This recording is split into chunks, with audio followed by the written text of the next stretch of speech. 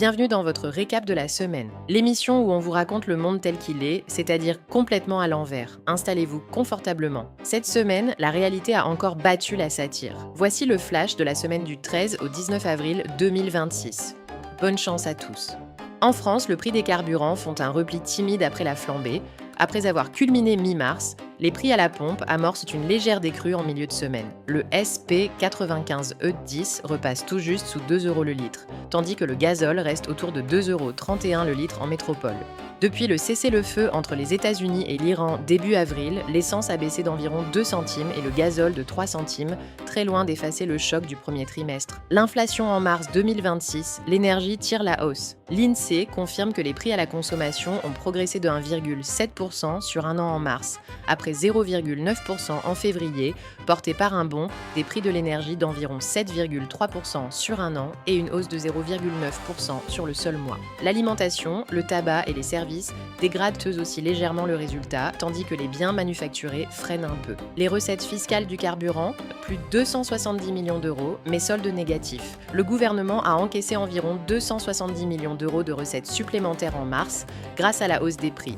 120 millions d'euros de TVA, 150 millions d'euros d'accises. Mais les analyses rappellent que l'État a engagé autour de 430 millions d'euros en dépenses supplémentaires, aides ciblées, coût de la dette, soit un solde net d'environ moins 160 millions d'euros. La prime d'activité bénéficiera d'une hausse de 50 € par mois pour 3 millions de foyers. La revalorisation exceptionnelle prévue par la loi de finances 2026 entre en vigueur au 1er avril.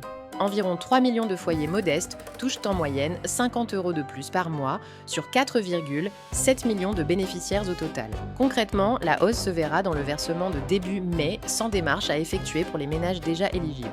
Le PDG du CNRS, Antoine Petit, annonce une coupe budgétaire supplémentaire de 21 millions d'euros sur l'exercice 2026 après une série de compressions. Des directeurs de laboratoires et des chercheurs alertent publiquement « On va dans le mur ». Un soldat français tué au Liban, le Hezbollah mis en cause. Le sergent-chef Florian Montorio, 40 ans, 19 ans de service, du 17e régiment du génie parachutiste de Montauban, est tué samedi 18 avril dans une embuscade au sud du Liban lors d'une mission d'ouverture d'itinéraire vers un poste de la FINUL isolé depuis plusieurs jours par les combats dans la région de Deir Kifa. 3 autres soldats français sont blessés, dont 2 grièvement. La gauche se repositionne avant 2027, un front commun anti-RN. Une quarantaine d'élus de la gauche et des écologistes, parmi lesquels Boris Vallaud, Yannick Jadot et Raphaël Glucksmann, publient une tribune appelant à construire un projet crédible et mobilisateur contre le Rassemblement national avant 2027 en affirmant « Nous voulons gagner maintenant ». Pendant ce temps, le RN se renforce discrètement dans les collectivités locales après les municipales de mars, prenant la tête de 5 EPCI. À l'international, le détroit d'Ormuz, après une ouverture de 24 heures, est refermé, cause des navires attaqués. Vendredi 17 avril, l'Iran rouvre le détroit aux navires commerciaux. Trump tweet « Merci ». Moins de 24 heures plus tard, samedi 18, Téhéran fait volte-face. Les gardiens de la Révolution déclarent le détroit à nouveau sous contrôle strict, tant que le blocus américain reste en vigueur. 2 navires battant pavillon indien sont pris pour cible dans le détroit. L'un transportait 2 millions de barils de pétrole irakien. L'armée britannique confirme des tirs sans sommation radio préalable. Trump refuse ce qu'il appelle du chantage. Plus de 800 navires restent bloqués dans le Golfe. En Hongrie, Orban concède, Magyar obtient une supermajorité. Après 16 ans au pouvoir, Viktor Orban reconnaît sa défaite aux législatives du 12 avril. Péter Magyar, chef du parti TISA, remporte 138 des 199 sièges, soit les 2 tiers du Parlement, lui donnant la capacité de modifier la Constitution et de défaire les structures de l'illibéralisme.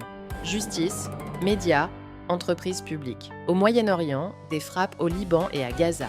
Malgré un cessez-le-feu théoriquement en vigueur, les frappes israéliennes se poursuivent au Liban et à Gaza. Au Liban, un nourrisson est tué lors des funérailles de son père, lui-même victime d'une frappe précédente. Une 2e flottille civile globale SUMUD appareille de Barcelone vers Gaza, ses organisateurs la présentant comme la plus grande initiative maritime civile de ce type. En Ukraine, 219 drones russes dans la nuit du 17 au 18 avril. La Russie lance dans la nuit de vendredi à samedi 219 drones contre plusieurs régions ukrainiennes. Les défenses anti-aériennes ukrainiennes affirment en avoir abattu ou neutralisé 190. Dans le même temps, la Russie déclare avoir intercepté plus de 250 drones ukrainiens côté russe. Les combats continuent autour de Sumy, du Donbass et de Zaporijia, sans changement significatif de ligne de front. Le pape Léon XIV en Angola dénonce l'exploitation. En visite en Angola, le pape Léon XIV dénonce les catastrophes sociales et environnementales liées à une logique d'exploitation et enjoint les autorités à ne pas avoir peur de la dissidence dans un pays dominé depuis l'indépendance en 1975 par le même parti au pouvoir.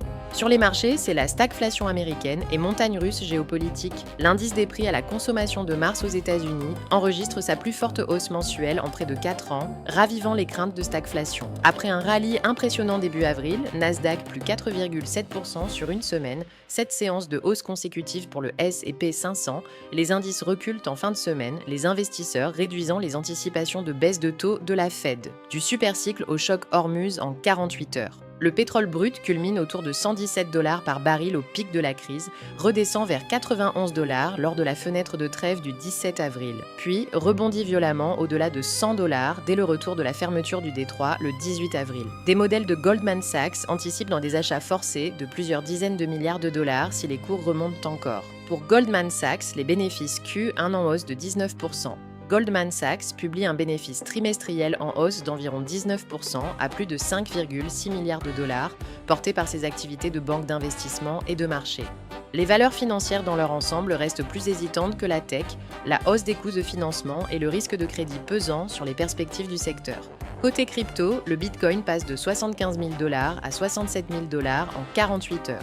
Le Bitcoin grimpe à 75 746 $ le 17 avril lors de l'annonce de la réouverture d'Hormuz, puis corrige d'environ 11% vers 67 000 à 67 300 $ dès le retour de la fermeture du détroit le 18 avril. Ethereum subit une pression similaire depuis 2358 $.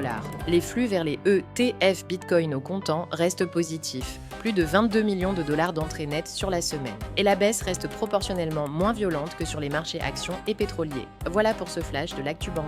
Si ce petit tour de cirque géopolitique t'a plu, pense à t'abonner, à liker et à partager. Active aussi la cloche pour ne pas rater le prochain numéro. À bientôt sur Esprit Bancaire.